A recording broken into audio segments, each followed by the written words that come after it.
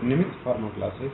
तो आज हम हमारी जो टेस्ट सीरीज चली हुई है उसके लिए हम एचएपी सब्जेक्ट का लिखे हैं। जैसे कि मैंने आपको बताया था एचएपी के बाद फिर हम देखते हैं फार्माकोलॉजी, ठीक है, क्योंकि जब एचएपी समझ में आ जाएगा तो आपको फार्माकोलॉजी थोड़ा समझने में आसानी रहने वाली है स्टूडेंट्स। तो हमारा जैसे फर्स्ट क्वेश्चन आपका 451, which cell organelle is known as the suicidal bag of the cell. तो suicidal bag of the cell यानी कि सुसाइडल बैग किसको बोला गया आपके सेल के अंदर, तो ये आ जाएगा आपका लाइसोसोम्स को, ठीक है। लाइसोसोम्स में आपके हाइड्रोलाइटिक एंजाइम्स होते हैं जो क्या करते हैं, दूसरे जो भी सेल या जो भी जिसको डिस्ट्रॉय करना है ना, उसको डिस्ट्रॉय करने में आपका काम करते हैं लाइसोसोम्स। तो इसीलिए इनको सुसाइडल बैग बोला जाता है। ये जहाँ भी अपने एंजाइम्स रिलीज करते हैं उस ऑर्गन को या उस ऑर्गेनली को ये आपके डिस्ट्रॉय कर देते हैं, इसीलिए इसको सुसाइडल बैग बोला गया है स्टूडेंट्स। सेकंड क्वेश्चन है ribosomes attach to rough endoplasmic reticulum mainly synthesize. जहाँ राइबोसोम्स आपके कहाँ अटैच हो जाएं, ऊपर था आपका लाइसोसोम्स। राइबोसोम्स का काम होता है, ठीक है, राइबोसोम्स का काम होता है आपका प्रोटीन सिंथेसिस करना। क्या काम होता है इसका, प्रोटीन का सिंथेसिस करते हैं ये, ठीक है। ये क्वेश्चन पूछा हुआ राइबोसोम्स का क्या काम होता है, तो आप क्या बताएंगे, प्रोटीन सिंथेसिस का काम होता है। अब ये कहाँ पे जुड़ गया आपका, रफ एंडोप्लाज्मिक रेटिकुलम, यानी कि क्या बन गई आपकी RER। दो तरह की एंडोप्लाज्मिक रेटिकुलम होते हैं, एक रफ एंडोप्लाज्मिक रेटिकुलम, एक आपकी स्मूथ एंडोप्लाज्मिक रेटिकुलम। तो रफ एंडोप्लाज्मिक रेटिकुलम पे राइबोसोम्स जुड़े हुए हैं, तो वो क्या बनाएगी, प्रोटीन सिंथेसिस। और स्मूथ एंडोप्लाज्मिक रेटिकुलम क्या बनाएगी, आपकी स्टेरॉइड्स वगैरह बनाती है बॉडी में। तो वो काम किसका होता है, आपका स्मूथ एंडोप्लाज्मिक रेटिकुलम। तो ये पूछ रहा है कि ये क्या सिंथेसाइज करेंगे, ठीक है। तो ये क्या सिंथेसाइज करेंगे आपके, इसमें आ जाएगा आपके प्रोटीन, ठीक है। इसमें क्या आ जाएगा आपका प्रोटीन आ जाएगा, यानी कि ऑप्शन नंबर बी आपका ठीक हो जाएगा इसमें।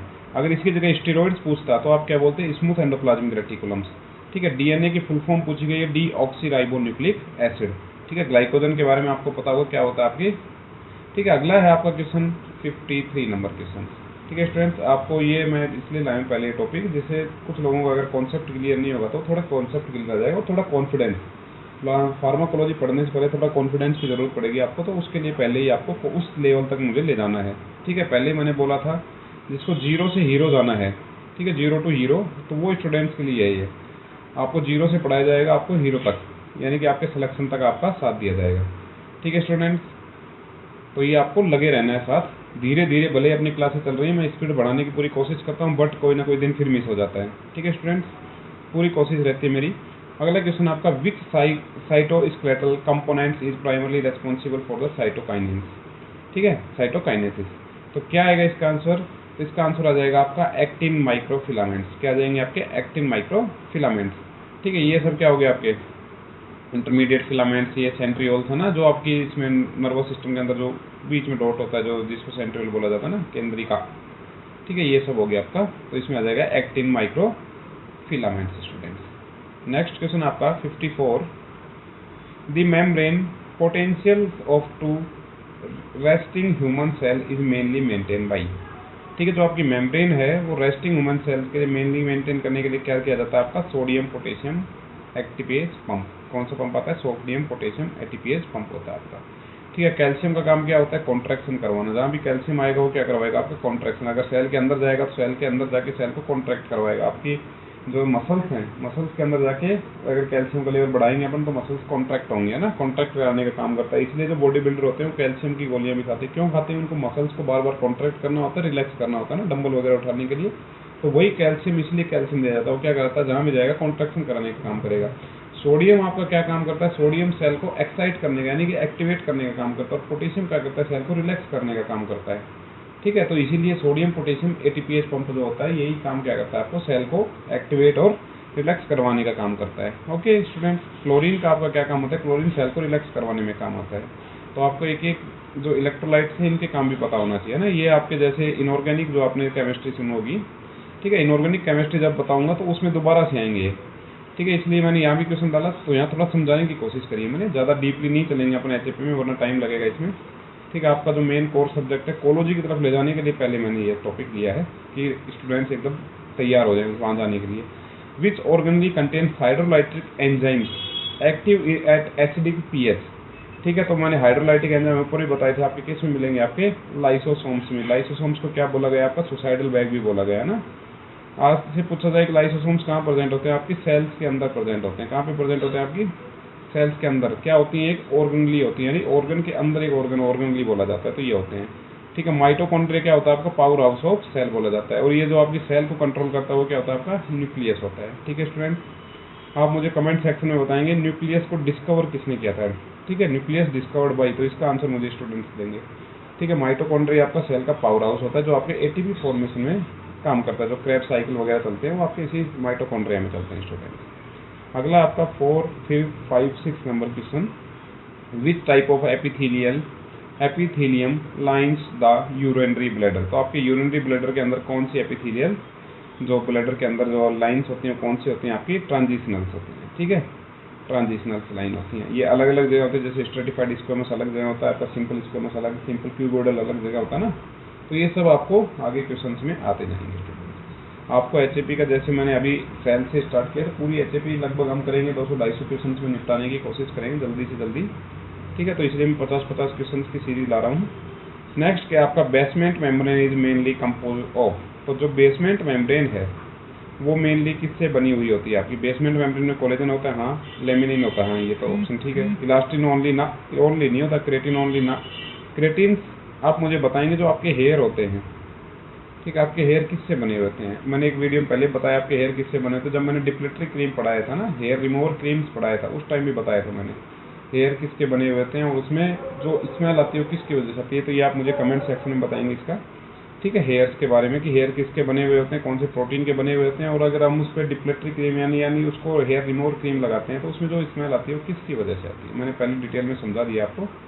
तो उस वीडियो को देखेंगे आप और उसमें से मुझे कंफर्म करके बताएंगे। जिसको याद है वो कमेंट सेक्शन में डायरेक्ट बताएगा, जिसको नहीं है वो वीडियो देख के फिर मुझे बताएगा। Which connective tissue cells release histamine and heparin. कौन सी ऐसी सेल है जो हिस्टामिन और हिपेरिन रिलीज करती है। जब मैंने आपको एक टॉपिक पढ़ाया हुआ है NSAID, ठीक है, नॉन स्टेरॉयडल एंटी इन्फ्लेमेटरी पढ़ाया है, तो उसमें मैंने आपको हिस्टामिन सेरोटोनिन के बारे में कंप्लीट डिटेल एक्सप्लेनेशन के साथ बता रखा है स्टूडेंट। वो वीडियो थ्योरी लेक्चर मैंने डाला था, वो आपको डेमो के लिए मैंने डाला हुआ है। अगर आपको थ्योरी लेक्चर पढ़ने हैं, ठीक है, MCQ तो मैं लाता रहूँगा, अगर थ्योरी लेक्चर भी पढ़ने हैं तो आप मुझे कमेंट सेक्शन में बताना। ये पहले वीडियो देखना कि सर कैसे सही है नहीं है, तो मैं आपके लिए थ्योरी लेक्चर्स का देखता हूँ, इंतजाम करूँगा धीरे धीरे। टॉपिक्स का जो हार्ड टॉपिक होंगे उनकी थ्योरी लेक्चर डालने की कोशिश करूँगा, तो स्टूडेंट्स को मदद देगा। ठीक है स्टूडेंट, तो ये मैंने कंप्लीट बताया हिस्टामिन कहाँ से बनता है। तो हिस्टामिन आपके बनता है हिस्टिडीन प्रोटीन, हिस्टिडीन जो आपका अमीनो एसिड है उससे हिस्टामिन बनता है। ठीक है, कहाँ स्टोर होता है, आपकी मास्ट सेल और बेसोफिल सेल्स में स्टोर होता है। इसमें है ऑप्शन ऐसा कुछ, प्लाज्मा सेल, हाँ मास्ट सेल है ना, तो मास्ट सेल और आपकी बेसोफिल सेल्स में आपका हिस्टामिन स्टोर होता है। उसमें मैंने सीरोटोनिन भी बताया था, सीरोटोनिन कहाँ स्टोर होता है, तो आप सीरोटोनिन के बारे में मुझे बताएंगे सीरोटोनिन का कहाँ स्टोर होता है। ठीक है, नेक्स्ट क्वेश्चन है आपका, the strong collagen in tendons is. जो स्ट्रॉन्गेस्ट टेंडन्स है ना, कोलेजन टेंडन्स हो कौन सा है, तो इसमें आ जाएगा आपका टाइप फर्स्ट। ये क्वेश्चन भी आया होगा ना, इंपॉर्टेंट क्वेश्चन है। जो स्ट्रॉन्गेस्ट कोलेजन इन, ठीक है, कोलेजन इन टेंडन्स इज, तो आ जाएगा इसका टाइप फर्स्ट। ये क्वेश्चन पूछा हुआ है तो कौन सा होता है, तो टाइप फर्स्ट होता है। स्टूडेंट्स में वही पुराने क्वेश्चन बड़ा मेहनत लगती है ना, ढूंढ के बनाने में थोड़ा टाइम लग जाता है, कई बार ऑफिस के भी काम हो जाते हैं, तो इसलिए वीडियो टाइम टू टाइम आने में दिक्कत होती है ना कई बार। बाकी मेरी पूरी कोशिश रहती है आपके साथ जुड़े रहने की। नेक्स्ट आपका, विच कार्टिलेज लैक्स पेरिकॉन्ड्रियम। विच कार्टिलेज लैक्स पेरिकॉन्ड्रियम, तो इसका आ जाएगा आपका आर्ट्रिकुलर कार्टिलेज है इसमें कहीं, आर्ट्रिकुलर कार्टिलेज। ठीक है, आर्ट्रिकुलर कार्टिलेज। इलास्टिक कार्टिलेज होती हैं। ठीक है, आप इसमें से मुझे बताएंगे नाक के अंदर जो आपकी नोज टिप है उसमें कौन सी मेम्ब्रेन होती है, नोज टिप में। ठीक है, नोज टिप के बारे में बताएंगे मुझे, नोज टिप में कौन सी आपकी कार्टिलेज होती है। ठीक है स्टूडेंट, नेक्स्ट आपका 461, gap junctions primarily allow. Gap जो जंक्शन है वो प्राइमरली किसको अलाउ करते हैं, mechanical attachment, cell to cell communication, protein digestion, ठीक है, और आपका सेल डिवीजन। ये भी नहीं है, प्रोटीन का भी नहीं है। ठीक है, सेल टू सेल कम्युनिकेशन यहाँ पे गैप जंक्शन अलाउ करते हैं। ठीक है, गैप जंक्शन क्या होता है, cell to cell communication allow किया जाता है। नेक्स्ट क्वेश्चन है 462, which muscles protein binds calcium during the concentration. मैंने पहले भी बताया था ना, कंसंट्रेशन में कौन सा प्रोटीन किससे बाइंड होता है। ठीक है, विच मसल्स प्रोटीन बाइंड्स कैल्शियम, तो कैल्शियम पहले मैंने बताया कॉन्ट्रैक्शन का काम करता है आपका। ठीक है, जो भी कैल्शियम कैल्शियम प्लस 2 होता है जो कॉन्ट्रैक्शन का काम करता है, किसके साथ बाइंड होके वो कॉन्ट्रैक्शन का काम करता है, ट्रोपोनिन सी के साथ बाइंड होकर। किसके साथ बाइंड होके, ट्रोपोनिन सी के साथ बाइंड होके वो क्या काम करता है आपका, मसल कॉन्ट्रैक्शन का काम करवाता है। ठीक है, अगला क्वेश्चन आपका रहने वाला है 463। तो इसमें यदि functional unit of skeletal muscles is, तो स्केलेटल जो मसल्स हैं उसकी फंक्शनल यूनिट कौन सी है? फर्स्ट ऑप्शन दिया आपको माइक्रोफाइब्रिल, सेकंड है आपका सार्कोमियर, थर्ड आपका फेस्कुली और फोर्थ माइक्रोफिलामेंट्स। तो इसका आपका ऑप्शन हो जाएगा सार्कोमियर्स। सार्कोमियर्स क्या होते हैं? आपकी फंक्शनल यूनिट है, ठीक है, किसकी? स्केलेटल मसल्स की। अगला है Schwann cells are responsible for, Schwann cells किसके लिए रेस्पॉन्सिबल होती है? CSF फॉर्मेशन, ठीक है, cerebro spinal fluid formation. Students इसका बारे में बताता हूँ। चलो, CSF cerebro spinal fluid formation कहाँ से होता है? आपके CP सेल से होता है। किससे सेल से? CP सेल से। जो आपका वेंट्रिकल ब्रेन है ना, वेंट्रिकल ब्रेन की CP सेल्स आपका किसका फॉर्मेशन करवाती है? CSF cerebro spinal fluid. ये कहाँ घूमता है? आपके जो जो ये होता है आपका ब्रेन और स्पाइनल कॉर्ड के चारों तरफ आपका CSF फ्लूइड घूमता है, सेरिब्रो स्पाइनल फ्लूइड घूमता है। किसके बीच में होता है? आपकी 3 लेयर होती है उसमें, ड्यूरा, अरकनॉइड और पायोमेटर, है ना।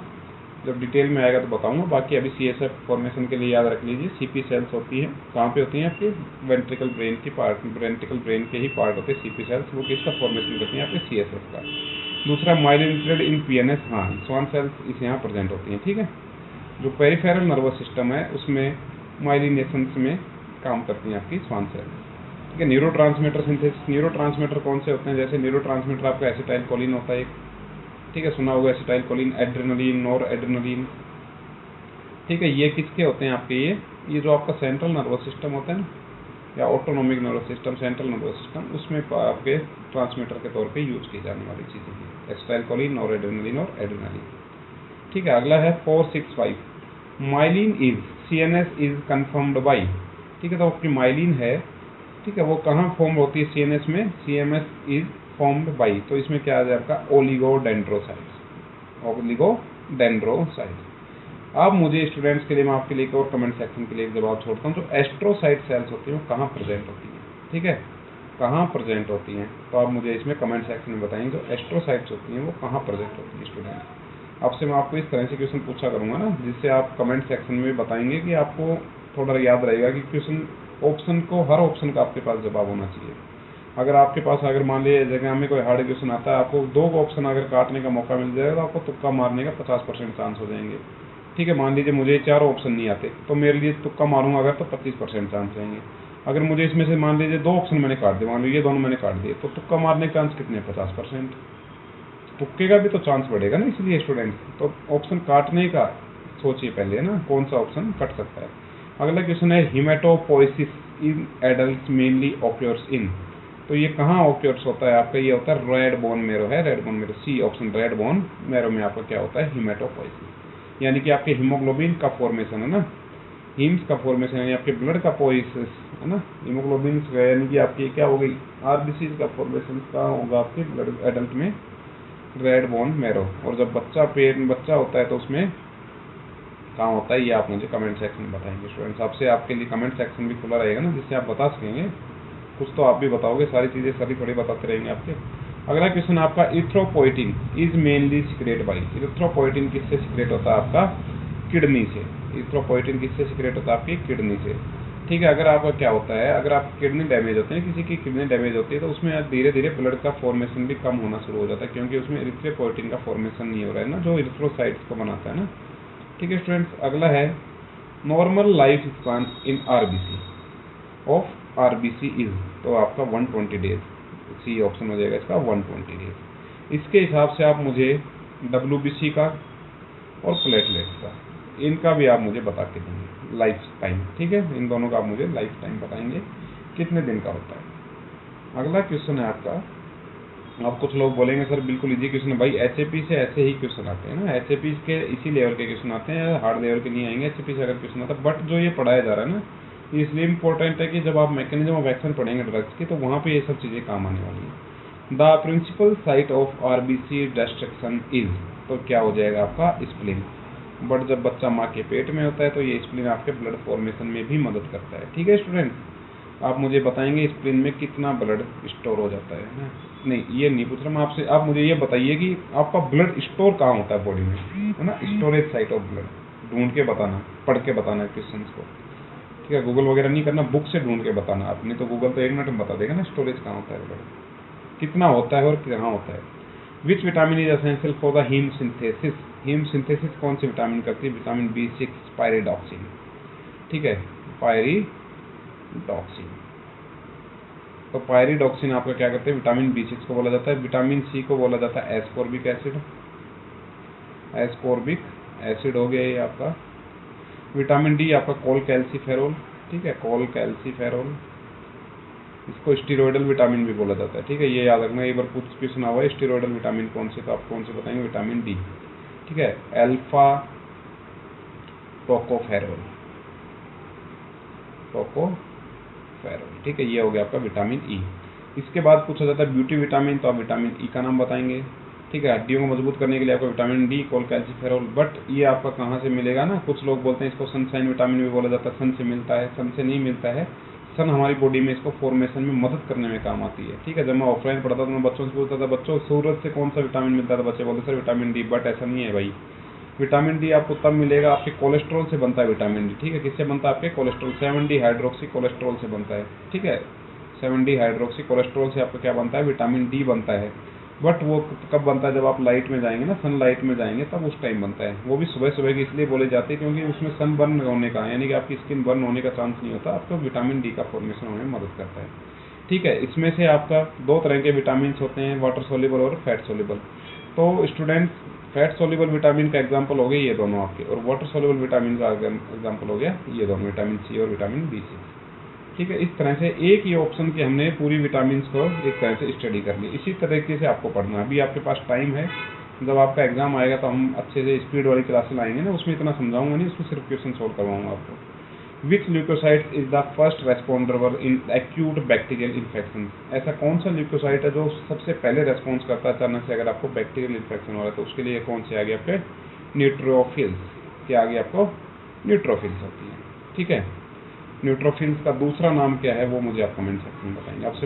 आपसे ही क्वेश्चन पूछा करूँगा, क्योंकि आप इंटरेस्ट लेंगे तभी धीरे धीरे आपको लगेगा कि ठीक है, मोनोसाइट्स भी आगे आएगी, नहीं तो मोनोसाइट्स के बारे में क्वेश्चन पूछता, ठीक है। अगला है the largest circulating WBC, the largest circulation, यानी कि सबसे ज़्यादा कौन सी WBC आपके ब्लड में, तो आपके हो जाएंगे मोनोसाइट। इसको कौन सी पुलिस बोला जाता है, इसका मुझे आप आंसर देंगे, मोनोसाइट्स को, ठीक है। मोनोसाइट्स का दूसरा नाम क्या बोला जाता है, ठीक है। न्यूट्रोफिल का बताना है और आपको मोनोसाइट्स का बताना है। अगला है plasma cells are derived from, plasma cells से क्या होता है आपका बी लिम्फोसाइट, यानी बीटा लिम्फोसाइट या बी लिम्फोसाइट, ठीक है, बी लिम्फोसाइट आ जाएगा प्लाज्मा सेल्स से। नेक्स्ट क्वेश्चन है student, which WBC increase in the parasitic infection, ठीक है, तो कौन सी WBC जो पेरिस्टेटिक इन्फेक्शन में बढ़ जाती है, तो आ जाएगा आपका इओसिनोफिल्स, ठीक है, इओसिनोफिल्स आपके बढ़ जाते हैं कौन से में, पेरिस्टेटिक इन्फेक्शन जब होता है तो। नेक्स्ट क्वेश्चन है प्लेटलेट्स आर ड्राइव्ड फ्रॉम, तो प्लेटलेट्स किससे ड्राइव्ड होती हैं, यानी तो ये आ गया मेगा कैरियोसाइट्स, मायोब्लास्ट, लिथ्रोब्लास्ट और मोनोब्लास्ट, तो आ गया ये क्वेश्चन इंपॉर्टेंट है, ठीक है, ये याद कर लेना पक्का से। पेपर में स्टूडेंट्स, पेपर में आना ना आना एक अलग बात होती है, बट पेपर में जो आप कॉन्फिडेंस लेके जाएंगे क्वेश्चंस वहीं से सॉल्व होंगे। सभी स्टूडेंट्स पढ़ के जाते हैं, सब स्टूडेंट अपनी तरफ से 100% तैयारी करके जाते हैं, बट सक्सेस 100 में से किसी एक स्टूडेंट को मिलती है ना, जिस हिसाब से अपन फॉर्म वैकेंसी आती है 100 में से एक स्टूडेंट एवरेजन, उससे भी कम स्टूडेंट्स को सफलता मिलती है, बट वो एक स्टूडेंट वही होता है जिसके पीछे कॉन्फिडेंस होता है। कॉन्फिडेंस तब आएगा जब आपके कॉन्सेप्ट क्लियर होंगे। कॉन्सेप्ट कब क्लियर होंगे, जब आप अच्छे से पढ़ेंगे। अच्छे से कब पढ़ेंगे, जब आप मेहनत करते रहेंगे लगातार। आपको ये नहीं सोचना मैंने 1 घंटा पढ़ना है, 2 घंटा पढ़ना है, आपका मन जब तक करता है जब तक पढ़ना है। चाहे दिन में 1 घंटे का भी मन नहीं कर रहा पढ़ने का तो मत पढ़ो स्टूडेंट। किस दिन मन करता है कि हम 8-10 घंटे, 20 घंटे, 15 घंटे, 12 घंटे पढ़ूँ, तो उस दिन उतना पढ़ना है, ठीक है। मन आपका कहीं है और आप स्टडी कहीं कर रहे हैं तो उस टाइम आपका काम नहीं चल पाएगा स्टूडेंट। तो लगे रहिए, धीरे धीरे मेहनत करते रहिए। एक दिन में सब सफलताएं नहीं मिलती, टाइम देना पड़ता है हर चीज़ को, तो टाइम देते रहिए, लगे रहिए। अगला है प्राइमरी हीमोस्टैटिक्स मेनली इन्वॉल्व्स, तो प्राइमरी हीमोस्टैटिक्स मेनली किस में इन्वॉल्व होती है, आपका हो गया प्लेटलेट प्लग फॉर्मेशन में, ठीक है। कहाँ पे होती है आपकी प्लेटलेट प्लग फॉर्मेशन में। जैसे ये आ गया आपका कोगुलेशन फैक्टर्स, फिब्रिनोलाइसिस, है ना, फाइबर्स को डिजोल्व करने, जिसके पीछे लाइसिस लगा हुआ डिजोल्व करने का हो गया, ठीक है। एंटी थ्रोम्बोइन थर्ड, ये आपका क्या हो गया, क्लॉटिंग फैक्टर हो गया। आगे क्लॉटिंग फैक्टर के क्वेश्चन भी डाले मैंने, क्योंकि क्लॉटिंग फैक्टर सबसे इंपॉर्टेंट है। क्लॉटिंग फैक्टर के क्वेश्चन पूछे जाते हैं बार बार, है ना, बहुत सारे क्लॉटिंग फैक्टर्स के क्वेश्चन पूछे गए हैं एग्जाम्स में बार बार। तो फर्स्ट है आपका अगला factor first of the coagulation is, तो फैक्टर फर्स्ट क्या आपका फाइब्रिनोजन, ठीक है। फैक्टर फर्स्ट क्या है, फाइब्रिनोजन। अच्छा अब इसमें 4 ऑप्शन है आपको, तो आपको चारों ऑप्शन है इनके बारे में पता होना चाहिए। प्रोथ्रोम्बिन कौन सा है, टिश्यू फैक्टर कौन सा है, कैल्शियम कौन सा है, आपको हर ऑप्शन के बारे में पता होना चाहिए स्टूडेंट्स। नेक्स्ट क्वेश्चन है आपका फैक्टर सेकंड इज, तो फैक्टर सेकंड क्या हो गया, प्रोथ्रोम्बिन। फर्स्ट क्या बताया था मैंने, सेकंड आ गया प्रोथ्रोम्बिन, ठीक है। इस तरह से फैक्टर 8 इज डेफिशिएंसी की, तो 8वें फैक्टर की डेफिशिएंसी से कौन सी डिजीज होगी आपको, हीमोफीलिया ए। इसको हीमोफिलिक फैक्टर भी बोला जाता है ना, फैक्टर 8 को हीमोफिलिक फैक्टर बोला जाता है। कौन सी डिजीज होती है आपको, हीमोफीलिया ए। ये क्वेश्चन भी बहुत बार पूछा। ये फैक्टर के क्वेश्चन तो जैसे आपके जो भी फैक्टर ना 12, 10, 12, तो इनसे बार बार क्वेश्चन आया हुआ है। हर एग्जाम में तो नहीं आता, बट जब भी एचएपी का क्वेश्चन बनेगा तो इंपॉर्टेंट में हो जाता है ये। जब भी मान लीजिए एग्जामिनर सोचेगा एचएपी में से मैं क्वेश्चन बनाता हूँ 10, मतलब 10 मान लो एग्जाम्पल के तौर पर, अगर 10 क्वेश्चन बनाएगा तो फिर वो जरूर उठाएगा इस क्वेश्चन, फिर आपके क्लोटिंग फैक्टर को जरूर उठाएगा। क्लोटिंग फैक्टर आपको कहाँ काम आएगा, जैसे आप जब ड्रग्स पढ़ेंगे ना, कोई ड्रग का साइड इफेक्ट पढ़ रहे हैं, तो वहाँ पे क्लोटिंग फैक्टर काम आने वाला आपको स्टूडेंट्स, ठीक है। जहाँ पे डिजीज की बात आ जाती है, जैसे इसमें पूछा कि इसमें कौन सी डेफिशिएंसी, तो ये क्वेश्चन इंपॉर्टेंट होता चला जाता है। क्यों होता चला जाता है, ये आपके हॉस्पिटल फार्मेसी से किससे भी रिलेटेड रहेगा, एक आपका एचईसीपी सब्जेक्ट होता है उससे भी रिलेट करते हैं। तो इस तरह से आपको आजकल क्वेश्चन भी इसी तरह के आ रहे हैं, डिजीज से रिलेटेड या आपके जो कंडीशनल बेस्ड क्वेश्चन, तो इस तरह से ज़्यादा क्वेश्चन बन रहे हैं ना, ठीक है। अगला फैक्टर है आपका क्रिसमस, है ना, Christmas disease is cause by the deficiency of, तो ये आपका फैक्टर 9 हो जाएगा, ठीक है। फैक्टर 8 आपका हीमोफिलिक फैक्टर। आप जैसे ये है 10 फैक्टर कौन सा है, इनको सबको आपको ध्यान रखना है कौन सा फैक्टर क्या है। इन फैक्टर्स को रट लेना है आपको, अगर इसमें कंप्लीट नहीं होगा तो मैं आपको समझा दूंगा कौन सा फैक्टर कहाँ काम आता है, ठीक है स्टूडेंट्स। आपको एकदम चलो बता ही देता हूँ, जिससे आगे के क्वेश्चन तो आप उस फैक्टर के हिसाब से देख के कर लेंगे, वरना जिसको बेचारे को फैक्टर नहीं पता उसके लेके 5-7 क्वेश्चन तो खत्म हो गए, ठीक है। बट स्टूडेंट्स पता कर लेने अपने को, अगर पता नहीं कर पाएंगे तो आप एग्जाम में भी जाके आपके सारे क्वेश्चन खत्म हो जाएंगे, ठीक है। मैं आपको डीमोटिवेट नहीं कर रहा हूँ, मैं आपको बता रहा हूँ स्टूडेंट्स, एग्जाम में ऐसा अक्सर हो जाता है ना, एक मान लीजिए आपको फैक्टर नहीं आ रहा और इसी में से 2 क्वेश्चन उठ के आ गए, तो फिर क्या करेंगे, ठीक है। फर्स्ट फैक्टर था आपका फाइब्रिनोजन, लिखवा देता हूँ, जिसके पास नोटबुक नहीं, जिसने नहीं होगा जिसके पास, तो अपना लिख लेना। फर्स्ट है आपका फाइब्रिनोजन, सेकेंड ऑप्शन है आपका prothrombin, first fibrinogen, second prothrombin. Third है आपका, थर्ड फैक्टर आएगा आपका थ्रोम्बिन यानी टिश्यू फैक्टर, है ना, जो ऑप्शन में दिखाया था एक में आपको टिश्यू फैक्टर, इसलिए बता रहा हूँ जिन स्टूडेंट्स के पास नहीं होगा तो ये इंपॉर्टेंट है ना स्टूडेंट्स। फोर्थ है आपका, लिख लीजिएगा इसको आप, एक शॉर्ट जो अपने आते हैं, ठीक है, शॉर्ट नोट्स बना के या कोई भी चिट ऐसे बना के लगा लीजिए आपके टेबल के सामने जहाँ पढ़ते हैं, तो ये फैक्टर बार बार पूछे जाते हैं, ठीक है। फिर उसके बाद आपका 6 नंबर फैक्टर आ जाएगा, कैल्शियम के बाद आता है आपका, यानी कि क्या हो गया 5 नंबर आएगा ना, 5 नंबर आएगा आपका, 4 के बाद 5 नंबर लेबाइल फैक्टर। स्टूडेंट्स इसकी आप चिट बना के रख लीजिए, जैसे मैं अभी आपको जब कोलॉजी पढ़ाऊंगा, ठीक है, कोलॉजी में आपको क्लासिफिकेशंस पढ़ने पड़ेंगे ना। जब आप क्लासिफिकेशन पढ़ेंगे तो क्लासिफिकेशन एक ऐसी चीज़ है जो आपको याद नहीं होगी, 2-3 क्लासिफिकेशन लगातार आपने पढ़े और सब मिक्स हो जाएगा, तो उसके लिए आपको करना पड़ेगा चिट सिस्टम, है ना। आप जहाँ टेबल पे बैठते हैं उस टेबल के सामने लगा लीजिए, या आप जिस बेड पे सोते हैं उसके सामने लगा लीजिए, उठते बैठते उनको एक बार रिवाइज करना है, ये नहीं कि उसको रट लेना है, नहीं, एक बार उसको देखना और फिर भूल जाना है। ऐसे कर करके 2-4 दिन आप भूलेंगे और याद करेंगे तो आपको याद होने लग जाएगा, ठीक है। इस तरह से आपको पढ़ना है, रटना कुछ नहीं है, ट्रिक भी बताऊंगा मैं, ठीक है। मैंने जैसे रटा है पढ़ा है वैसे ही आपको बताऊंगा, टेंशन नहीं लेनी, ठीक है। 9 नंबर फैक्टर आपका हीमोफीलिया बी फैक्टर, ठीक है। 10 नंबर जो फैक्टर आपका स्टुअर्ट, ठीक है, स्टुअर्ट प्रूवर फैक्टर, सब बताया जाएगा स्टूडेंट्स आपको। जब आप मुझे कहीं नौकरी में मिलेंगे ना, जैसे मैं जॉब कर रहा हूँ अभी, तो इस तरह से जब मुझे आप मिलेंगे तब मुझे बहुत अच्छा लगेगा कि हाँ देखो ये मेरा पढ़ाया हुआ स्टूडेंट्स आज मेरे साथ जॉब कर रहा है, ठीक है स्टूडेंट्स। तो इस तरह का मुझे भी फील आना चाहिए ना, तो इसीलिए मैं आपके पीछे लगा हुआ मेहनत करने, ठीक है। आपका ये फैक्टर हो गया 11 नंबर हीमोफीलिया सी फैक्टर, और आपका 12 नंबर जो हुआ है वो है आपका हैगमैन फैक्टर, हैगमैन फैक्टर। 13 नंबर जो है आपका, ठीक है, वो आपका fibrin stabilizing factor, fibrin stabilizing factor, ठीक है स्टूडेंट। इस तरह से आपको ये पढ़ते हुए चलना है स्टूडेंट्स। मैंने आपको सारे फैक्टर बताए। फर्स्ट फैक्टर क्या हो गया आपका फाइब्रिनोजन, सेकंड फैक्टर हो गया आपका प्रोथ्रोम्बिन, थर्ड फैक्टर हो गया आपका टिश्यू फैक्टर, फोर्थ हो गया आपका कैल्शियम, ठीक है। फिर लेवाइल फैक्टर, मान लो आज 5वां हो गया लेवाइल फैक्टर, छठा फैक्टर नहीं है आपका, फिर आ गया आपका 7वां फैक्टर आपका आ गया, ठीक है, स्टेबल फैक्टर, फिर आपका हीमोफीलिया। ये दोनों इतने इंपॉर्टेंट नहीं होते फिर भी, है ना, ये नहीं पूछे गए आज तक एग्जाम, बट ये बाकी जितने भी है ना सब पूछे हुए हैं, हर एग्जाम में कोई ना कोई एक पूछा हुआ है, तो इसलिए इनको रट लेना, ठीक है। हीमोफीलिया ए फैक्टर, फिर 9 नंबर हो गया haemophilia B factor, 10 number Stuart Prower factor, 11 number haemophilia C, क्योंकि हीमोफीलिया वाले भी आ सकते हैं, और एक कैल्शियम बहुत बार पूछा हुआ है। ये शुरुआत वाले 4 तो बस पूछते रहते हैं, मान लीजिए, फिर उसके बाद ये बाकी भी पूछते रहते हैं, जैसे ये फाइब्रिन स्टेबलाइजिंग फैक्टर। जब आप फाइब्रिन स्टेबलाइजिंग ड्रग्स पढ़ेंगे तो उस टाइम आपको ये क्वेश्चन पूछा जाता है मैकेनिज्म में, ठीक है। तो इसलिए मैं पहले ऐसे भी पढ़ा रहा हूँ, जब मैं मैकेनिज्म पढ़ाऊंगा उस टाइम मैं आपको बताऊंगा नहीं कि कहाँ से आए, मैं बोल दूंगा कि फैक्टर नंबर 13 को ये क्या करता है, स्टिमुलेट करता है, या स्टेबल या इनिबिट करता है। उस टाइम फिर आपको सोचना है 13 नंबर फैक्टर कहाँ से आया है, इसलिए मैं पहले आपको ये करा रहा हूँ स्टूडेंट, ठीक है। मैं मेरे लिए आसान काम कर रहा हूँ कि मेरे स्टूडेंट्स को जब मैं क्वेश्चन में बताऊंगा तो मेरा स्टूडेंट बोलेगा हाँ सर, पहले ही बोल देगा हाँ सर ये ऐसा है, ठीक है, ऐसा चाह रहा हूँ मैं बस। अगला है आपका which coagulation factor is not synthesize in the liver, ठीक है, लीवर के अंदर कौन सा फैक्टर सिंथेसाइज नहीं होता, तो फैक्टर नंबर 8 आपका लीवर के अंदर फॉर्मेशन नहीं होता, कौन से का, हीमोफीलिया ए का, ठीक है। हीमोफीलिया जो ए वाला जो फैक्टर है इसका आपका लीवर के अंदर फॉर्मेशन नहीं होता है, ठीक है स्टूडेंट। जिन स्टूडेंट्स में हीमोफीलिया ए की डेफिशिएंसी होती है वो मेनली जेनेटिक डिसऑर्डर होता है ना, हीमोफीलिया ए की अगर किसी में कमी है तो जेनेटिक डिसऑर्डर होता है, ये भी याद रखना, अगर पूछ ले तो जेनेटिक डिसऑर्डर हीमोफीलिया ए आपका जेनेटिक डिसऑर्डर होता है। विटामिन के is essential for the activation of, देख लो आ गया ना क्वेश्चन, अभी मैं फैक्टर की बात कर रहा था, इस टाइप के क्वेश्चन आएंगे स्टूडेंट। अब आपको मैं मान लीजिए फैक्टर बताता ही नहीं तो आपको कहाँ से पता चलता है हीमोफीलिया विटामिन ए, तो इसमें आ जाएगा फैक्टर नंबर सेकंड है, सेकंड सी आ गया है ये फैक्टर। सेकंड का फैक्टर का नाम था आपका प्रोथ्रोम्बिन, ठीक है। फिर उसके बाद आपका 7वें नंबर का फैक्टर कौन सा था, स्टेबल फैक्टर, ठीक है।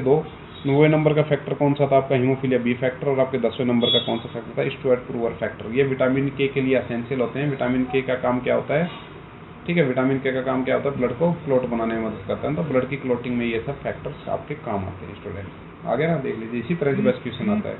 अब वो नहीं पढ़ाएगा तो स्टूडेंट्स इसके पीछे घूमता रहेगा। PT, prothrombin time mainly evaluate, prothrombin time mainly evaluate किससे इवेलुएट किया जाता है आपका, एक्सट्रिंसिक पाथवे से, किससे किया जाता है आपका, एक्सट्रिंसिक पाथवे से किया जाता है, ठीक है। ये क्वेश्चन भी आया हुआ है, मैंने जितने भी क्वेश्चन ला रहा हूँ वो आपके इंपॉर्टेंट क्वेश्चन से लेकर आ रहा हूँ। इजी है, पेपर में इजी हार्ड ऐसा कुछ नहीं होता, पेपर होता है, उसमें आपको अगर आता है तो 4 नंबर मिलेंगे, नहीं आता है तो 0 मिलेंगे, या -1/3 या -1/4 या 0 मिलेगा। तो इसलिए स्टूडेंट्स लगे रहना है, हार्ड इजी में हर लेवल के क्वेश्चन लेकर आ रहा हूँ, बट मैं वही ला रहा हूँ जो आपके एग्जाम के लिए इंपॉर्टेंट है। फालतू के लिए ना मेरे पास टाइम है ना आपके पास सुनने और सुनाने का टाइम है, ठीक है स्टूडेंट। क्योंकि एक आपके लिए मैं बहुत कीमती समय मेरे निकाल के फिर मैं आपको दे रहा हूँ, ठीक है। बहुत बिजी लाइफ में से आपके लिए, ऐसा नहीं बोलते बिजी है, बट अच्छा लगता है लाइफ बिजी होना भी, ठीक है। हर आदमी की किस्मत में नहीं होता कि वो बिजी रहे, मैं चाहता हूँ कि मैं बिजी रहूँ।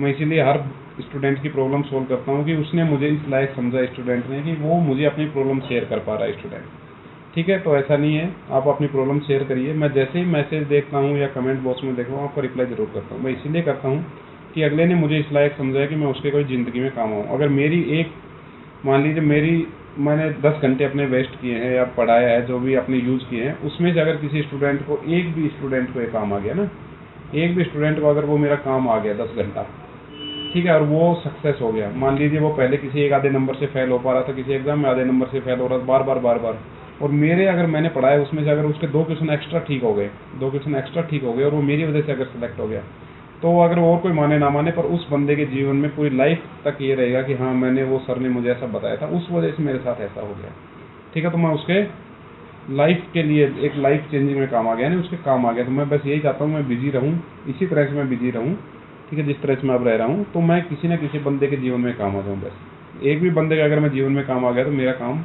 पूरा हो गया, ठीक है। और मैं चाहता हूँ कि जितनी भी वैकेंसी हैं मेरे स्टूडेंट्स लगे हैं उसमें, ठीक है। मैंने अभी भी एक वीडियो डाला है, CCRUMSC करके वैकेंसी आई है, 6 पोस्टें हैं, तो स्टूडेंट्स ज़रूर फॉर्म फिल करना।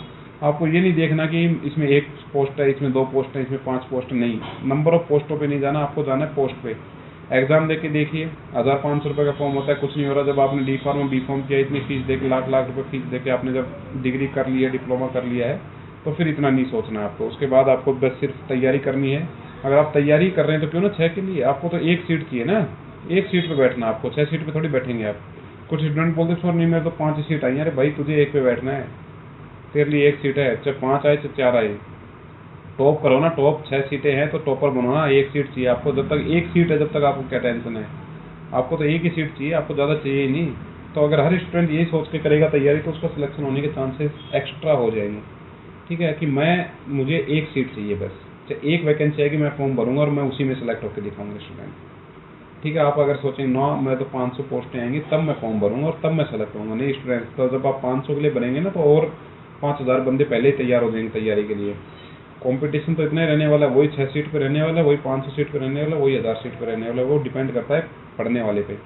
तैयारी इस लेवल की करिए कि आपको एक सीट है तो एक सीट ही आपने फाइट कर दी बस, और फिर उसके बाद कॉन्फिडेंस देखना किस हद तक होगा। जब आप किसी एग्जाम को टॉप करते हैं ना तो एक अलग ही कॉन्फिडेंस आप में आता है। ठीक है स्टूडेंट, ठीक है, वो आपको आएगा जब आप पढ़ते रहेंगे लगातार, धीरे धीरे धीरे धीरे लगे रहिए। कछुए की चाल से ना खरगोश नहीं बनना है, कछुआ बनना है। कछुए की चाल से चलते रहिए, डिप्रेशन नहीं आना। सर मेरे 2 एग्जाम दिए मैं उनमें हो नहीं पाया, भाई क्या हो गया, तो और दे 2 एग्जाम, अगले में हो जाएगा, उसमें क्या टेंशन है। मैंने 2 सीट पे दिया था सर, मेरी तीसरी रैंक आई, देखो कितना कॉन्फिडेंस मिलेगा कि अगले में जब मैं 4 सीटें आएंगी तो मुझे पता है कि मैं तीसरे पे आया था, कि यानी अब की बार मेरे से इंटेलिजेंट बच्चे आगे निकल चुके हैं, वो सिलेक्ट हो चुके हैं, मेरा ही नंबर है बस फर्स्ट। ठीक है, इस तरह से पॉजिटिव सोच के आपको चलना है लगातार। ठीक है, अगला क्वेश्चन की तरफ बढ़ते हैं अपन। APTTT मेनली इवेलुएट्स, तो इसमें आ जाएगा आपका इंट्रिंसिक फैक्टर। एक्सट्रिंसिक फैक्टर का पिछले क्वेश्चन बताया था, इंट्रिंसिक फैक्टर में आपका ये आ गया। ठीक है, नेक्स्ट है आपका 485। स्टूडेंट्स मोटिवेट भी रहना है ना आपको। 485 which clotting factor is called the Hageman factors. तो मैंने हैगमैन फैक्टर के लिए अभी कौन सा बताया था आपका, फैक्टर नंबर 12। ठीक है, फैक्टर नंबर 12 कहाँ है, हैगमैन फैक्टर के लिए फैक्टर नंबर 12। फैक्टर नंबर 13 मैंने किस लिए बताया आपका, फाइब्रिन के लिए ना, फाइब्रिन स्टेबलाइजिंग के लिए। ये लो, तो इस तरह से अगर वो आप एक चार्ट याद कर लेंगे ना तो आपके ये ब्लड वाला क्वेश्चन गलत नहीं होगा। ब्लड वाला क्वेश्चन बहुत बार पूछा हुआ है क्लोटिंग फैक्टर के बारे में, और यही क्वेश्चन आपके कोलॉजी में जब मैकेनिज्म पढ़ेंगे तब काम आएगा। Iron deficiency anaemia is typically, तो माइक्रोसाइटिक एनीमिया, यानी कि आपकी क्या हो जाएगी, जो आपकी आरबीसीज हैं उनकी साइज कम हो जाएगी। माइक्रोसाइटिक हाइपोक्रोमिक बोला जाता है इसको, आयरन डेफिशिएंसी एनीमिया को। ठीक है student, pernicious anaemia is deficiency from the vitamin B12 है, विटामिन B12 होगा ऑप्शन में, विटामिन B12 ये रहा। विटामिन B12 का नाम होता है साइनेकोबालामिन। ठीक है, विटामिन C का मैंने नाम बता दिया है। आयरन द आपका आयरन, मुझे चलो आयरन कौन सी फॉर्म में बॉडी में एब्जॉर्ब होता है इसका जवाब देंगे आप, है ना। बॉडी में एब्जॉर्ब कौन सी फॉर्म में होता है, Fe+2 में होता है, Fe+3 में होता है। इन 2 ऑप्शन है, आपको तुक्का भी नहीं पता, तुक्का मारेंगे तो 50% चांस ठीक होने के चांस हैं। Fe+2 में होता है, Fe+3 में होता है। ठीक है, sickle cell anaemia is cause by the mutation in, तो किस में म्यूटेशन हो जाता है आपका, बीटा ग्लोबिन्स में। ये क्वेश्चन भी आया हुआ है, ये ऑप्शन तो अगर पता है तो ठीक हो जाएगा, नहीं तो बस गए काम से। कुछ भी क्वेश्चन आता है पेपर में, पढ़ाने वाला आपको सब कुछ पढ़ाएगा।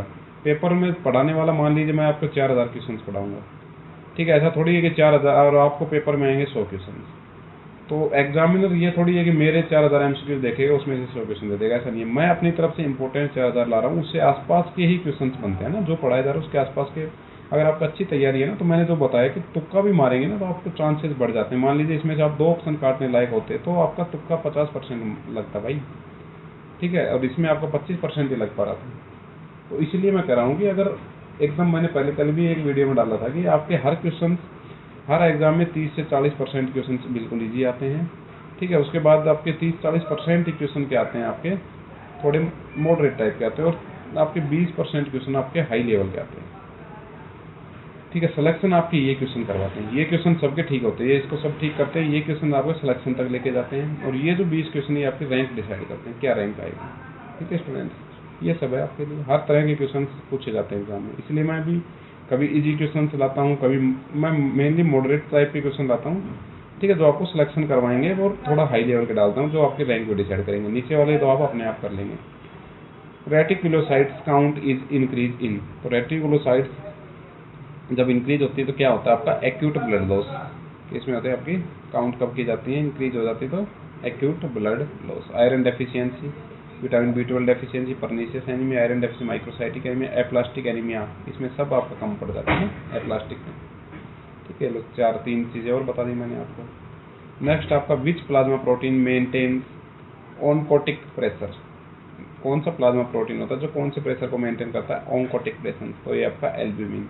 एल्ब्यूमिन के साथ एक और चीज़ बताता हूँ, जो आपकी एसिडिक ड्रग्स होती है ना, एसिडिक ड्रग्स, जो आपकी एसिडिक ड्रग्स होती हैं वो आपके एल्ब्यूमिन प्रोटीन जो ये आपका है इसी पे बाइंड होती है, ठीक है, एल्ब्यूमिन पे बाइंड होती है। बट आप कमेंट सेक्शन में बताएंगे कि बेसिक ड्रग कहाँ बाइंड होती है। जब आप बेसिक ड्रग्स खाते हैं, जैसे टैबलेट्स की बात कर रहा हूँ, बेसिक ड्रग्स जो आप लेते हैं तो वो कहाँ बाइंड होते हैं, एसिडिक ड्रग तो एल्ब्यूमिन पे बाइंड होती है, तो बेसिक ड्रग कहाँ बाइंड होती है।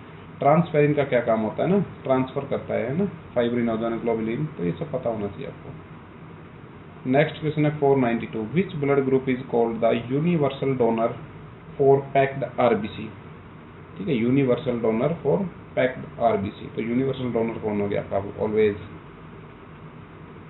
ओ नेगेटिव, ठीक है, ये हो गया आपका यूनिवर्सल डोनर। ये लेता किससे है, ओ नेगेटिव से, बट देता किसको है, सबको दे सकता है, ए को भी दे सकता है, ए बी को भी दे सकता है, बी नेगेटिव सबको दे सकता है, ठीक है। नेक्स्ट हो गया universal recipient for the RBC transfusions is, तो यूनिवर्सल रिसिप्टर कौन हो गया आपका, जो सबसे मांग ले, है ना, ऑलवेज मांगता जिसको बोला जाता है, तो सबसे ले सकता है ब्लड, वो हो गया आपका ए बी पॉजिटिव, ठीक है, ए बी पॉजिटिव सबसे ले सकता है, ठीक है। अगला है which haemoglobin has the highest affinity for oxygen, इसमें से कौन सा ऐसा हीमोग्लोबिन है जो आपकी हाईएस्ट एफिनिटी रखता है ऑक्सीजन के साथ, है ना, बाइंड करने की एफिनिटी हाईएस्ट रखता है, तो आपका HbF, ये आपका अच्छा क्वेश्चन है। ये अगर आपने ये वीडियो देख लिया है ना और ये पेपर में पड़ गया, तो ये मान लीजिए आपके हार्ड क्वेश्चन में से, यानी आपको रैंक की तरफ ले गया ये क्वेश्चन। इस क्वेश्चन तक वही बंदा पहुंचेगा जो रैंक डिसाइड करने के लिए जाएगा कि मैं फर्स्ट रैंक लूंगा या सेकंड रैंक लूंगा ना, टॉपर्स के लिए क्वेश्चन था ये। तो मैंने पहले बताया हर तरह के क्वेश्चन मिलेंगे, टॉपर्स वाले भी और आपको सेलेक्ट होने के लिए भी, ठीक है। कोई बोलेगा नहीं सर मेरे तो 50 सीटें हैं, मेरी तो 50वीं रैंक आ जाए, मुझे नौकरी मिल जाए। भाई जब तुझे नौकरी मिल जाएगी ना, उसके बाद तू सोचेगा यार मैंने क्यों नहीं की, क्योंकि जब आप नौकरी लगते हैं तो आप जो टॉपर्स होते हैं ना, वो आपका सीनियर बनता है। रैंक वाइज कहाँ डिसाइड होता है, आपका टॉपर सीनियर बनता है। जो आप CISF का देंगे उसमें जिसकी रैंक फर्स्ट आएगी ना, वो आपका सीनियर रहेगा। जैसे नीचे तक जाएगा तो सीनियर, प्रमोशन पहले टॉपर का होगा, उसके बाद नीचे वालों का होता हुआ चला जाएगा, ठीक है। और जब जैसे बाकी आपकी जैसे एम्स वगैरह में आप लगते हैं, तो एम्स वगैरह में आपको जब आप ज्वाइन करते हैं ना, उस डेट के हिसाब से आप टॉपर्स वगैरह डिसाइड होते हैं, और इसमें आप टॉपर्स होंगे रैंक के हिसाब से। जैसे मेरी रैंक ITBP में सेकंड आई थी ना, सेकंड रैंक आई थी, तो जब प्रमोशन का नंबर आता अगर, तो मेरे से पहले मेरा बैच का एक बंदा ही प्रमोट होना था, यानी कि मेरे में और लास्ट वाले में प्रमोशन में कम से कम भी 4-5 साल का फर्क आ जाता। तो इसीलिए फिर रैंक वहाँ डिसाइड करती है। आप सोचते यार उस दिन थोड़ा सा और पढ़ देता तो मैं टॉपर होता, मेरा प्रमोशन, मेरे से आगे वाले तो देखो मेरे सीनियर बन गए हैं। सीनियर वो जिस दिन आपका ज्वाइन करेगा उसी दिन सीनियर बन जाएगा दोस्त, ठीक है। इसलिए मैं बता रहा हूँ कि रैंक भी डिसाइड करती है। रैंक टॉपर यानी कि आपका सीनियर, आपके बैच में जो सीनियर होगा वो आपका वही सीनियर होगा जो इसकी रैंक फर्स्ट आई है।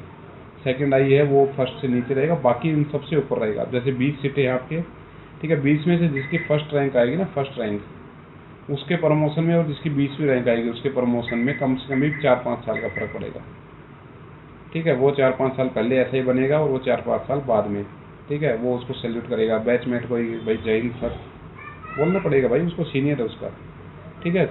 आपकी फौज में सीनियरिटी जूनियरिटी का बहुत फर्क होता है, ठीक है, सीनियरिटी जूनियरिटी का बहुत फर्क होता है। सिविल में फिर भी कम होता है, बट फौज में तो सीनियर जूनियर सिविल में बहुत कम है, बट फौज में तो भाई सीनियर ही सीनियर। बॉस ने जो बोला, सीनियर ने जो बोला वो राइट, तो आपको पता है गलत है, बट बॉस ने जो बोल दिया वो ठीक है बस। अगला है which organ removes age RBCs from the circulation, तो आपका स्प्लीन है ना, इसको कब्रिस्तान भी बोला जाता है, आपका RBCs का कब्रिस्तान, okay. Thymus gland, thyroid gland, adrenal gland. Adrenal gland क्या रिलीज करते हैं, आपके एड्रेनलिन हार्मोन, एड्रेनलिन और नॉरएड्रेनलिन, है ना, और नॉरएड्रेनलिन करते हैं, ठीक है। फाइट फ्लाइट फाइन 3F वाला है, यही एड्रेनलिन होता है, ठीक है। फिर उसके बाद thymus gland, thyroid gland. Thymus gland आपको क्या मैच्योर करने के काम आती है ना, और ये थायराइड ग्लैंड T3 T4 का फॉर्मेशन करती है फॉलिकल स्टिमुलेटिंग सेल से। जब ये आएंगे तो मैं बताऊंगा, ये कंप्लीट बताया जाएगा, आपको स्टूडेंट्स घबराना नहीं है ना, ये तो थोड़ा टाइम का है, वरना आपके लिए थोड़ी क्लासेज भी लाता, ठीक है। पूरा ऐसा पढ़ा देता आपको, बस क्या ही बताएं। दी ऑक्सीजन जो ऑफलाइन में पढ़े हुए उन बच्चों को तो पता है मेरा पढ़ाने का क्या टेक्निक है, बट अभी ऑनलाइन के स्टूडेंट्स को इतना अभी जुड़े हैं नए, पता नहीं है, ठीक है, क्योंकि इस पर इतना टाइम भी नहीं मिल रहा। ऑफलाइन में तो जैसे पूरा टीचिंग ही करता था, तो उस टाइम पूरी टीचिंग में ध्यान था, अभी जैसे जॉब भी करना पड़ता है, थोड़ा टाइम का भी हो गया इश्यू, तो इसलिए थोड़ी समस्याएं आती। अगला 496, the oxygen binding pigment of RBC is. तो ऑक्सीजन बाइंडिंग पिगमेंट क्या हो गया आपका? हीमोग्लोबिन। ठीक है, एक हीमोग्लोबिन जो होता है वो 4 ऑक्सीजन को लेके जाता है। कितने ऑक्सीजन को बाइंड करता है आपके अपने पर? 4 ऑक्सीजन के मॉलिक्यूल्स को बाइंड करता है एक हीमोग्लोबिन का मॉलिक्यूल। ठीक है, ये भी याद रख लेना। 497, which leukocyte is primarily responsible for the antibody mediate immunity. तो कौन सा ल्यूकोसाइट रेस्पॉन्सिबल होता है आपके? तो वो हो गया आपका बी लिम्फोसाइट्स। पहले भी आया था बी लिम्फोसाइट्स का, ठीक है, प्लाज्मा सेल्स वगैरह के लिए। तो याद रखने हैं आपको, एक क्वेश्चन से दूसरे क्वेश्चन को रिलेट करते हुए चलना। The normal adult haemoglobin level in healthy males is approximately, है कहीं ये रहा, 13 से 17 ग्राम पर डीएल, या कई ऑप्शन में मिलता है 12 से 16 ग्राम पर डीएल। डीएल का मतलब होता है पर 100 ml। ठीक है, डीएल यूनिट देखे तो पर 100 ml बोल देना, डेकालीटर बोला जाता है इसको। ठीक है, कई बार फुल फॉर्म पूछता तो नहीं आमतौर पर आपको नॉलेज के लिए पता होना चाहिए। डेकालीटर होता है ना 100 ml। नेक्स्ट है, which cell organelle is primarily site for the ATP production. ATP production के लिए क्या आ गया आपका? माइटोकॉन्ड्रिया। ठीक है, storage site Golgi apparatus, storage का काम होता है, पैकेजिंग है ना, स्टोरेज है ना, पैकेजिंग का काम होता है आपका। दूसरा आपका लाइसोसोम्स, कब्रिस्तान सुसाइडल बैग। ठीक है, इसमें हाइड्रोलाइटिक एंजाइम प्रेजेंट होते पहले भी। न्यूक्लियस क्या करता है? पूरी सेल को कंट्रोल करने का काम किसका होता है? न्यूक्लियस का। ठीक है, इसके अंदर अपना जेनेटिक मटेरियल भी स्टोर होता है। अगला है, which blood cells are anucleated in normal human peripheral blood. तो इसमें क्या आ जाएगा आपका? आरबीसी। ठीक है, आरबीसी का लाइफ टाइम बताया मैंने 120 दिन। Full form red blood carpals. ठीक है, ओके, ये आपके डब्ल्यूबीसीज के टाइप हो गए। और तो स्टूडेंट लगे रहिए आप तैयारी में, मेरी तरफ से आपको पूरा सहयोग रहेगा जितना मेरे से हो पाएगा। कोई भी डाउट आता है किसी भी तरह का तो आप मुझे कमेंट सेक्शन में डालिए, मैं आपको ज़रूर रिप्लाई करूँगा। ठीक है स्टूडेंट्स, तब तक पढ़ते रहिए, लगे रहिए, मेहनत करते रहिए। मिलते हैं नेक्स्ट क्लास में, तब तक के लिए जय हिंद, जय भारत।